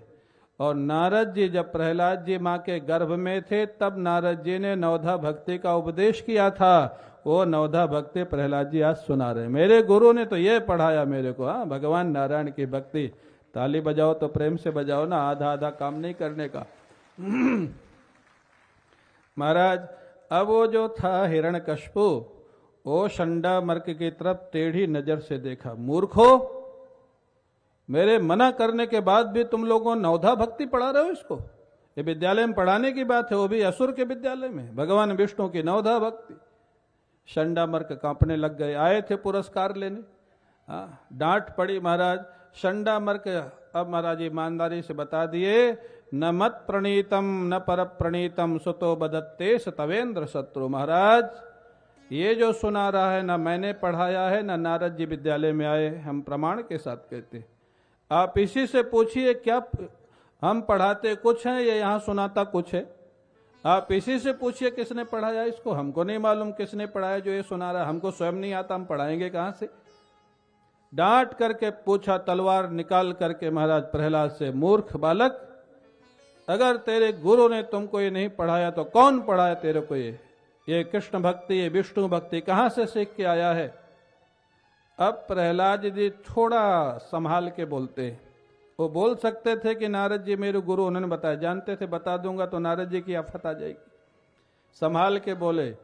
क्या संभाल के बोले? पिताजी ये भगवान विष्णु की भक्ति पढ़ाने लिखाने से नहीं आती है, ये तो भगवान विष्णु कृपा करके जिसको स्वीकार करते हैं उसी के जीवन में आती है। और मैं क्या बताऊं आपको किसने पढ़ाई? हिरण्यकश्यप समझ गया, ये बालक तो बिगड़ गया, ये बालक मेरे शत्रु का प्रशंसक हो गया, मेरे शत्रु का भक्त हो गया, ये बालक तो बिगड़ गया। बिगड़ गया ना? प्रहलाद बिगड़ गए कि बन गए? महाराज क्या हुआ? आपका क्या मानना है? प्रहलाद बिगड़ गए कि बन गए? हिरण्यकश्यप कहता बिगड़ गए। अच्छा, आपका बेटा अगर महात्मा बनना चाहे तो आप क्या मानोगे, बिगड़ गया कि बन गया? सही में? चलो एक आध भेज दो फिर हम दोनों महात्मा। क्या स्वामी जी? स्वामी जी का एक कमरे का आश्रम में रहेगा वही। कठिन काम है, कठिन काम है ये। और जो बच्चे निकलते हैं ना, हम लोगों को भी हमारे घर वालों ने बहुत मना किया था, बहुत समझाया था, डांटा भी था, लेकिन हम लोग भाग खड़े हुए। हम लोग तो भाग खड़े हुए। क्यों भागे? कोई आफत नहीं थी घर में। एक तो पूज्य रोटीराम बाबा का सत्संग में इतना आनंद आता था कि हमको लगा अच्छा जीवन यही है, सच्चा जीवन यही है। और दूसरी बात, हम अपने बड़े भाइयों की आफत भी कभी कभी देखते थे, जो पत्नी उनको डांटती थी। मैंने कहा बाप रे बचाओ यहां से। तो जो डांट पड़ती थी, पूज्य राम किंकर जी महाराज को एक बार किसी ने कहा कि तुलसीदास नहीं बनते अगर रत्नावली की डांट नहीं पड़ती। राम किंकर जी ने विनोद में पूछा, अगर पत्नी की डांट से तुलसीदास बन गए तो पत्नी की डांट की परंपरा तो अभी भी चल रही है, उसके बाद कोई दूसरा तुलसीदास क्यों नहीं निकला?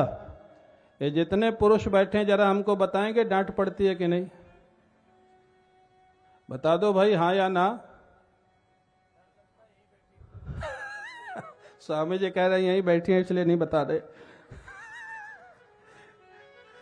तो ये तो एक निमित्त बनता है।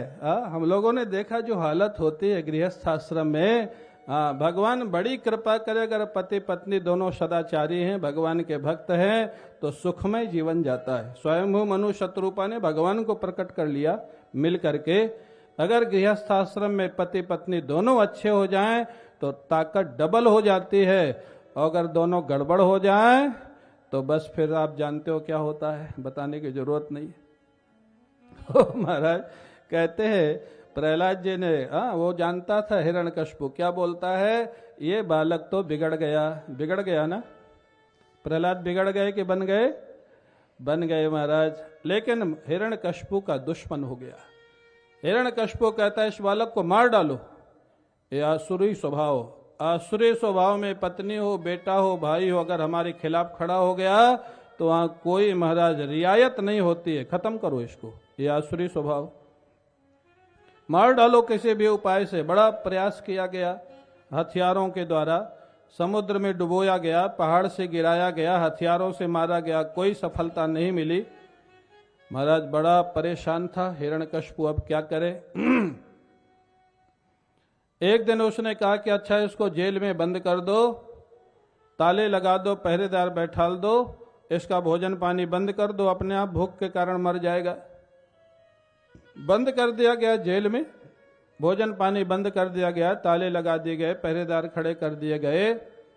हिरण्यकशिपु ने 1 हफ्ते बाद रिपोर्ट मांगी। क्या रिपोर्ट है प्रहलाद की?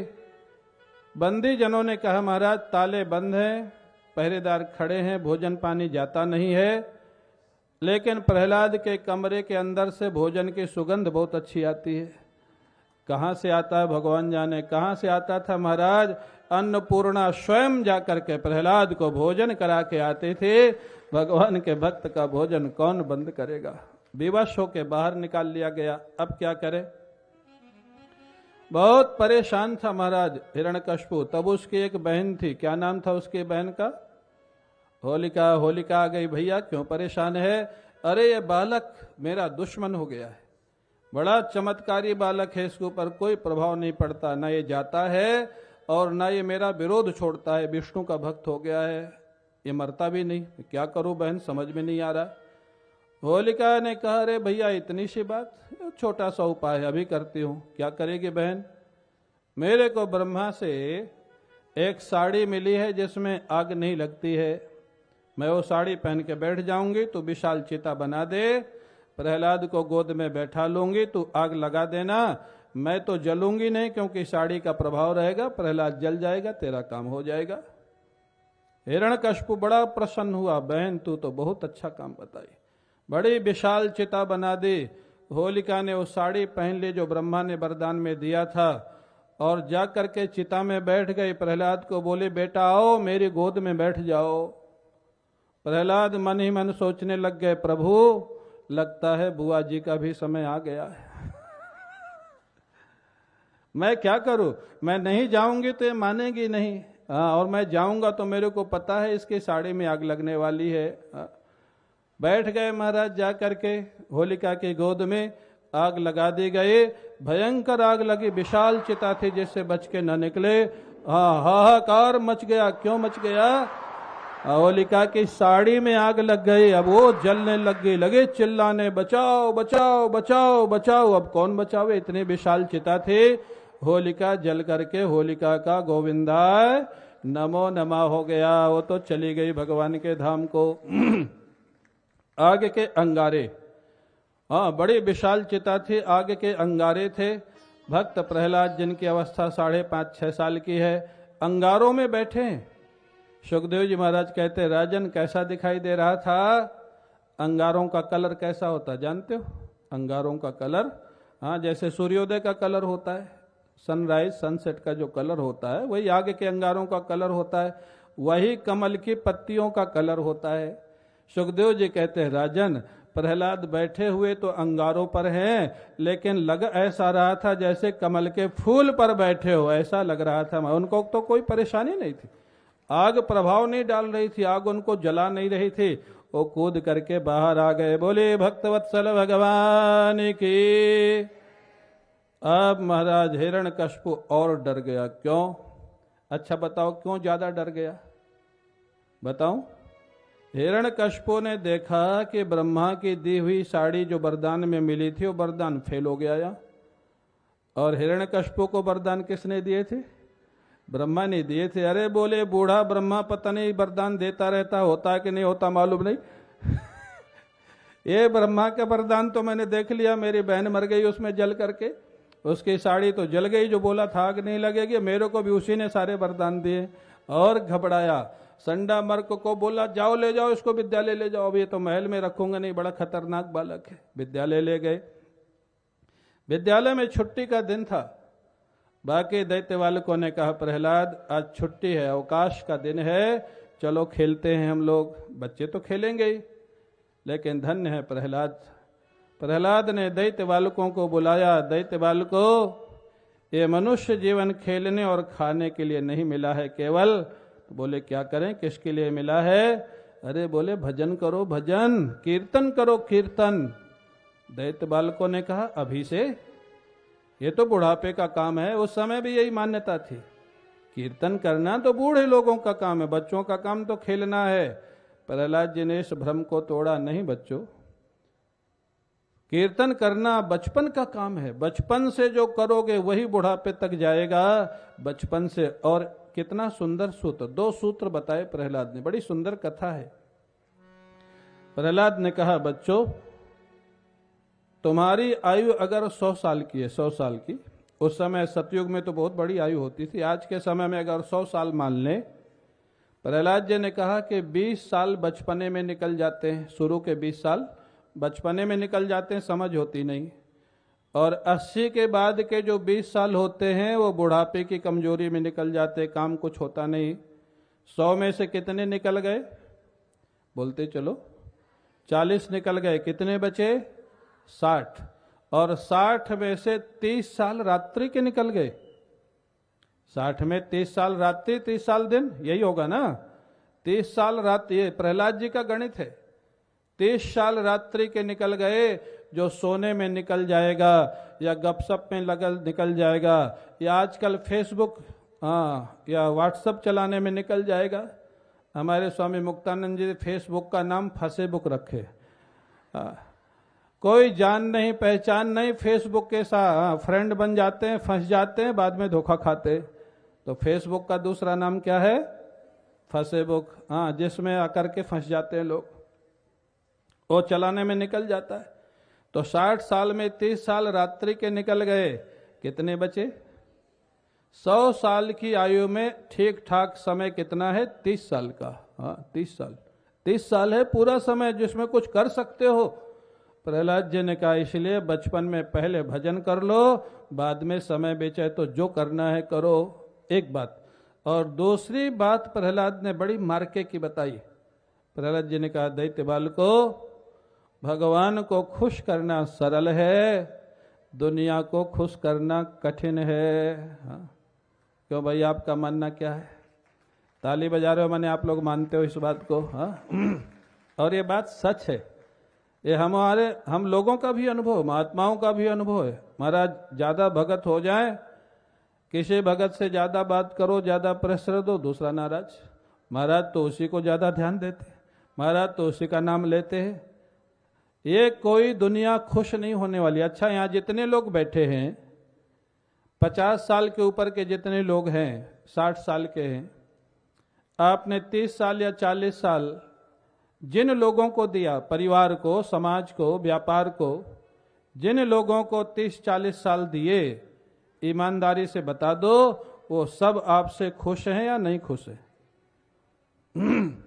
खुश हैं या नहीं खुश हैं? हाथ बता के बता दो, नहीं है या हाँ? देखो सबके हाथ ऐसे हिल रहे, नहीं है। तो अगर 30 साल दिए और खुश नहीं हुए, तो जीवन के जो 5-10 साल बचे हैं वो दे दोगे तो खुश हो जाएंगे? हो जाएंगे या नहीं? तो अब कल से किसको समय दोगे, भगवान को या उन्हीं को? झूठ नहीं बोलना भागवत में। कल से किसको समय दोगे? भगवान को, भगवान को। अच्छा, दूसरी बात प्रहलाद जी क्या कहते, देखो 30 साल जिनको दिए वो तो खुश हुए नहीं, भगवान को 30 साल मत दो, 10% दे दो। 3 साल परिवार को, समाज को आपने 12-12, 14-14 घंटा दिया है। रोज कितना समय दिया? 12-12, 14-14 घंटा। भगवान को 3 साल तक 12-14 घंटा रोज दे दो, दुनिया तो पकड़ में आई नहीं, भगवान तुम्हारे सामने प्रकट हो जाएंगे अगर नियम से 12-14 घंटा भगवान को रोज दो। प्रकट आज भी होते हैं। जो लोग कहते हैं कि भगवान मिलते हैं क्या, भगवान होते हैं क्या, हमको उन लोगों पर दया आती है। बिना खोजे कोई कैसे कह सकता है भगवान होते हैं क्या, मिलते हैं क्या? इस पांडाल में अमुक व्यक्ति नहीं है, यह कहने का अधिकार उसी को है जो पांडाल के एक एक व्यक्ति को देख ले कि है कि नहीं है। जिसने पांडाल को छाना नहीं, देखा नहीं, वो कैसे कह सकता है कि पांडाल में वो व्यक्ति नहीं है? जो लोग कहते हैं भगवान होते हैं क्या, भगवान मिलते हैं क्या, भगवान दर्शन देते हैं क्या, अरे वो बिना देखे कैसे कह रहे हैं, बिना खोजे कैसे कह रहे हैं। मैं व्यासासन से कह रहा हूं भगवान है, मिलते हैं, दर्शन देते हैं। अब मैं ये तो नहीं कहूंगा कि हम लोगों को हुआ है कि नहीं हुआ है, पांडाल की बात नहीं है, लेकिन मैं प्रमाण के साथ व्यासासन से कह सकता हूं आज भी भगवान दर्शन देते हैं, मिलते हैं। अरे दुनिया का दशांश तो दो ना, भगवान ज्यादा नहीं चाहते, दुनिया को जितना दिया है उसका 10% दे दो, और फिर भगवान न मिले तो हम दोनों महात्माओं को आके पकड़ लेना। हाँ, ये मैं प्रमाण के साथ कहता हूं, जितना दुनिया को दिया है 10% दे दो भगवान को, और ठाकुर न मिले तो फिर हमसे कहना, लेकिन कुछ करना तो पड़ेगा। दुनिया के लिए इतना समय देते हो, दुनिया को इतना जीवन दे दिया, समय दे दिया, पैसा दे दिया, ताकत दे दिया, सब कुछ दे दिया, और भगवान के लिए कुछ नहीं दिया, फिर भी कहते होते हैं क्या, मिलते हैं क्या। कुछ करके देखो, दे के देखो, ना मिले तो हमारी जिम्मेदारी पे आ जाना, हमको पकड़ लेना। आपने कहा था क्यों नहीं हो रहे, करना तो आपको पड़ेगा, कुछ करना तो आपको पड़ेगा ना। महाराज ये प्रहलाद जी का वचन है और ये संतों का अनुभव है। सारे असुर बालक बदल गए, और बदलने के बाद जानते हो क्या हुआ, उठाया मृदंग, उठाया करताल, उठाया मंजीरा, और असुर बालकों के विद्यालय में महामंत्र का कीर्तन प्रारंभ हो गया। हरे कृष्णा कृष्ण कृष्णा हरे राम राम राम। जो कीर्तन हुआ महाराज, संडा मर्क तो विद्यालय छोड़ के भाग गए। क्या करें अब, सारा विद्यालय में कीर्तन प्रारंभ हो गया है। संडा मर्क ने जाकर के हिरण्यकशिपु से कहा, महाराज आप जानो, आपका बालक जाने, हमारे बस का काम नहीं। हिरण्यकशिपु तलवार लेकर के आता है, क्रोध में कांप रहा है शरीर, आवेश में आता है। लेकिन जब देखा प्रहलाद ने, पिताजी आए हैं, साष्टांग प्रणाम किया। प्रहलाद के जीवन में पिता के धर्म के प्रति अभी भी सम्मान है, प्रणाम किया। हिरण्यकशिपु ने दाता उद्दंड बालक प्रणाम करने का नाटक करता है, दिन रात मेरा विरोध करता है, बता किसकी ताकत है तेरे पीछे जो मेरे दुश्मन का संकीर्तन करा रहा विद्यालय में। जानते हो प्रहलाद जी ने क्या कहा? बड़ा सुंदर जवाब दिया प्रहलाद जी ने। क्या उनकी शांति थी, क्या उनकी अनुभूति थी। न केवलम में भवतश्च राजन् सवै बलम बलिनाम च परेशाम परे वरे मी स्थिर जंगमाये ब्रह्मादयो न वशम प्रणीता। पिताजी, ओ जिसकी ताकत से मैं इतना आनंद में हूँ, निश्चिंत हूँ, वो केवल मेरी ही ताकत नहीं है, वो आपकी भी वही ताकत है। मेरे अंदर भी वही है, आपके अंदर भी वही है, आपके तलवार में भी वही है, आपके हाथ में भी वही है। पिताजी, हिरण्यकशिपु सोचता है पागल हो गया बच्चा, मेरी तलवार में कोई विष्णु रहेगा, मेरे हाथ में कोई विष्णु रहेगा। अच्छा इस खंभे में? बोले हाँ पिताजी, खंभे में भी। हिरण्यकशिपु ने तलवार हाथ में, बाएं हाथ में लिया, खंभे में जोर से आवाज मारी, खंभा टूट गया और खंभे के अंदर से नृसिंह भगवान प्रकट हो गए। महाराज भयंकर शब्द था, भयंकर आवाज हुई, लाल लाल आंखें थी, कान खड़े थे, विशाल शरीर था। नृसिंह भगवान प्रकट हो गए। बोले नृसिंह भगवान की, नृसिंह भगवान की, नृसिंह भगवान की। नृसिंह भगवान को देख करके हिरण्यकशिपु ने पूछा प्रहलाद से, कौन है ये? बोले यही मेरे नारायण है, यही मेरे विष्णु भगवान है। तेरे विष्णु भगवान ऐसे होते हैं? बोले ऐसे भी होते हैं, प्रत्येक रूप वो धारण कर सकते हैं महाराज। जैसे नृसिंह भगवान प्रकट हुए, हिरण्यकशिपु के साथ भयंकर युद्ध होने लग गया। युद्ध करते करते महाराज मध्याह्न का समय हो गया। देवता लोग बादलों के पीछे छिपे हुए युद्ध देख रहे हैं। बादलों के पीछे क्यों छिपे मालूम है? देवताओं को अभी भी भरोसा नहीं है कि जीतेगा कौन।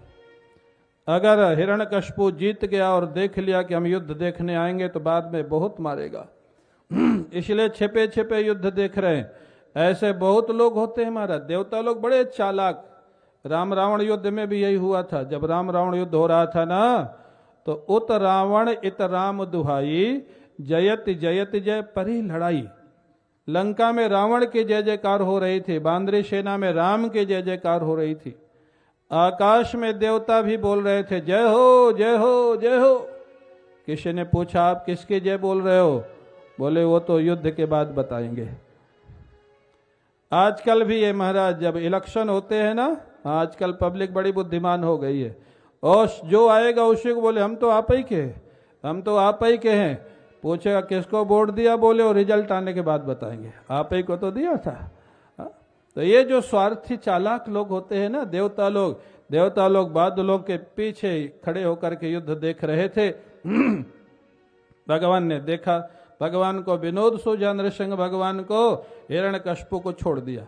जैसे छोड़ा भगदड़ मच गई, भागो भागो भागो, भी तो छूट गया। महाराज भगवान ने फिर देखा, किसको देखा? भक्त प्रहलाद को। छोटा सा बालक, निरीह बालक, जिसने कुछ नहीं किया है, बहुत कष्ट दिया गया है। जोर से आवेश आया, जोर से अट्टहास किया, भगवान की दंतावली से ऐसा प्रकाश निकला, हिरण्यकश्यप की आंखें बंद हो गईं। नृसिंह भगवान ने गर्दन पकड़ ली, उठा करके महल के दरवाजे पर ले आए, देहली पर बैठ गए, उसको जंघा पर लिटा लिया और उससे पूछा याद कर ले तू अपने वरदान। तूने कहा था ब्रह्मा की सृष्टि के बनाए हुए किसी व्यक्ति से न मरूं, ब्रह्मा जी ने मेरे को बनाया। बोले ब्रह्मा जी ऐसा कहाँ बना पाएंगे? तूने कहा था न दिन में मरूं न रात में, दिन है रात है? बोले शाम है, संध्या का समय है। तूने कहा था न अंदर मरूं न बाहर, अंदर है कि बाहर है? बोले दिल्ली पर हूं। तूने कहा था न ऊपर मरूं न नीचे मरूं, न ऊपर है कि नीचे है? बोले आपकी गोद में, न ऊपर न नीचे। तूने कहा था न जड़ से मरूं न चेतन से, देख तेरे को नाखून से मारूंगा। नाखून को जड़ नहीं कह सकता क्योंकि ये बढ़ते रहते, नाखून को चेतन नहीं कह सकता क्योंकि काटने में दर्द नहीं होता है। क्या बुद्धि लगाई थी नृसिंह भगवान ने, सारे वरदान फेल कर दिए। जोर से हुंकार किया, होंक किया और महाराज पेट को विदीर्ण कर दिया, आते निकाल के गले में पहन लिया और नृसिंह भगवान ने हिरण्यकश्यप के शरीर को नीचे फेंक दिया।